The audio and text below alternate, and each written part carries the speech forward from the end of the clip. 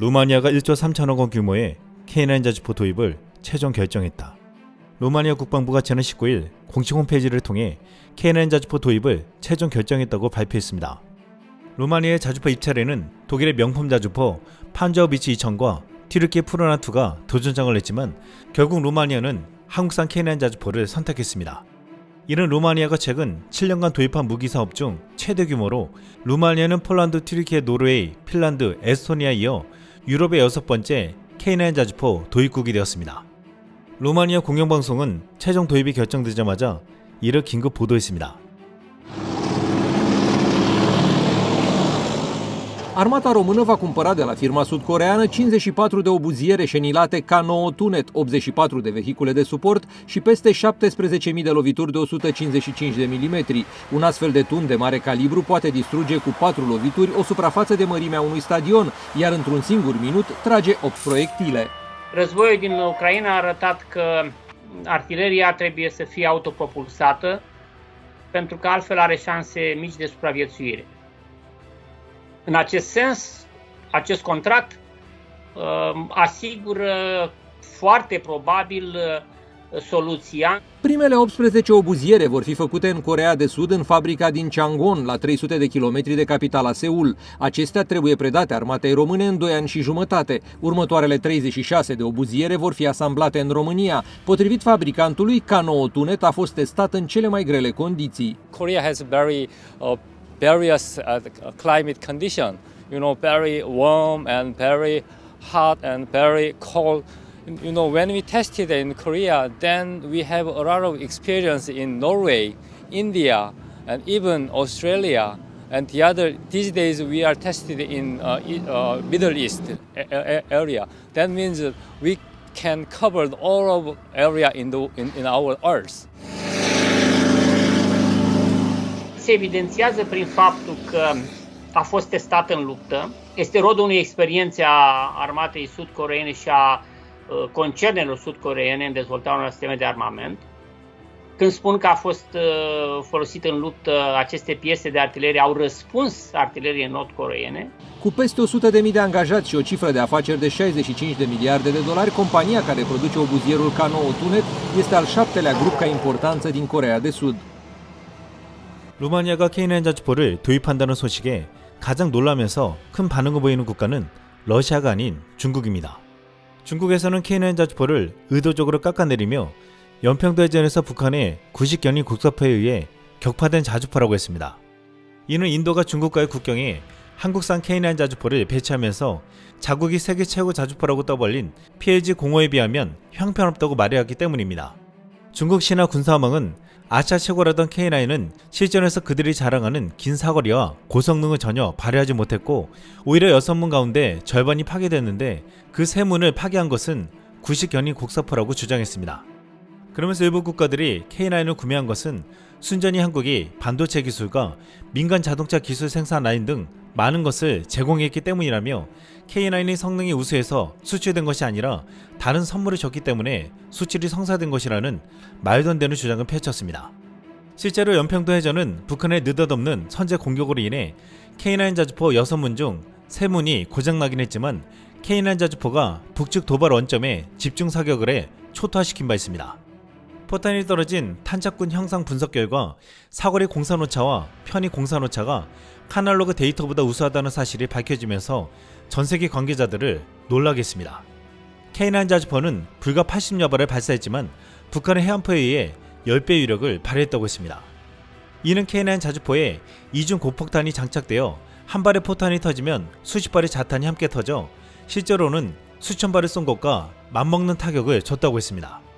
미 자유아시아 방송 보도에 따르면 연평도 포격 도발 당시 K9의 대응 포격 유력에 북한군은 큰 충격을 받아 서부 전선을 막고 있는 북4군단이 노이로제에 가까운 반응을 보였다고 했습니다. 그럼에도 많은 중국인들은 K9 자주포가 실전에서는 형편없는 자주포라고 믿고 있었는데 왜 그렇게 많은 나라들이 샀냐고 이상해하며 이번에 루마니아까지 구입했다는 사실에 경악했습니다. 그리고 뭔가 이상함을 느끼며 이 기사에 이런 댓글들이 달렸습니다. K9은 쉽게 터진다면서요. 감히 사려는 국가가 있나요? 괜찮습니다. 해외의 그 무리들은 모두 문외한입니다. 몇 년 전 한국이 미치고 팔았다고 외친 사람들은 어디 있습니까? 사실 이 자주포가 인정받은 것입니다. 가격이 너무 비싸서 한 개당 거의 2천만 달러에 달합니다. 요점은 한국은 그 가격에 그것을 팔 수 있다는 것입니다. 미국의 남동생인 한국은 무기 판매에 점점 능숙해지고 있는 반면 우리의 형인 러시아는 무기 판매에 어려움을 겪고 있습니다. 한국의 무기 사업이 그렇게 좋은가? 한국 K9은 좋은 장비입니다. K9 미친 듯이 팔려요. 중국의 네티즌들은 자신들이 들어왔던 K9 자주포에 대한 정보가 사실이 아니라 뒤늦게서야 얼마나 유력적인 무기인지를 깨닫고 있습니다. 그런데 이제 인도뿐만 아니라 베트남도 K9 자주포를 사려 한다는 소식에 중국인들은 크게 우려하고 있습니다. 중국 텐센트에서는 지난 5월 베트남이 한국에 K9 자주포를 사려 한다고 홍콩 언론이 중국의 경계심을 불러일으켰다라는 제목의 기사를 보도했습니다. 이 기사에는 홍콩 사우스 차이나 모닝포스트가 베트남이 한국산 K9 자주포를 대량 구매할 계획이라는 정보를 공개했다고 했습니다. 베트남 국방장관이 한국의 K9 자주포 성능을 칭찬하고 베트남 포병 사령관이 K9을 신속하게 도입하기를 희망한다고 말했다고 했습니다. 이 기사에 중국 네티즌들은 베트남은 항공모함을 건조할 수 없고 해안에 포병만 배치할 수 있다고 믿고 있다. K9은 엄격한 실용 테스트를 통과해 사용자들의 신뢰를 얻으며 미래 사업의 기회를 열었습니다. 우리는 K9을 실제로 이들 국가의 최고라는 것을 인정해야 합니다. 이전의 국제무역 주문도 유럽과 미국의 자주포 수출을 압도했습니다. 중국 말고 전 세계가 K9을 좋아하는데 일본도 스스로 못 만들면 K9을 샀을 거예요 라고 말했습니다. 실제 베트남은 해안에 K9을 배치해 중국의 해상 공격을 막으려는 것으로 보였는데 K9의 정확성과 위력에 중국인들은 이제서야 걱정을 하고 있습니다. 중국은 K9 자주포를 배치한 인도나 구입하려는 베트남이 자신들과의 국경에 배치하려 하지만 중국산 PLG-05가 스펙상 월등하다며 문제가 없다고 했습니다. 하지만 실상은 굉장히 두려워하고 있습니다. PLG-05는 사격과 동시에 차체가 출렁이며 그야말로 춤을 추는 모습을 보여주며 실패한 자주포로 낙인찍혔습니다. 이미 중국군도 포기한 바 있습니다.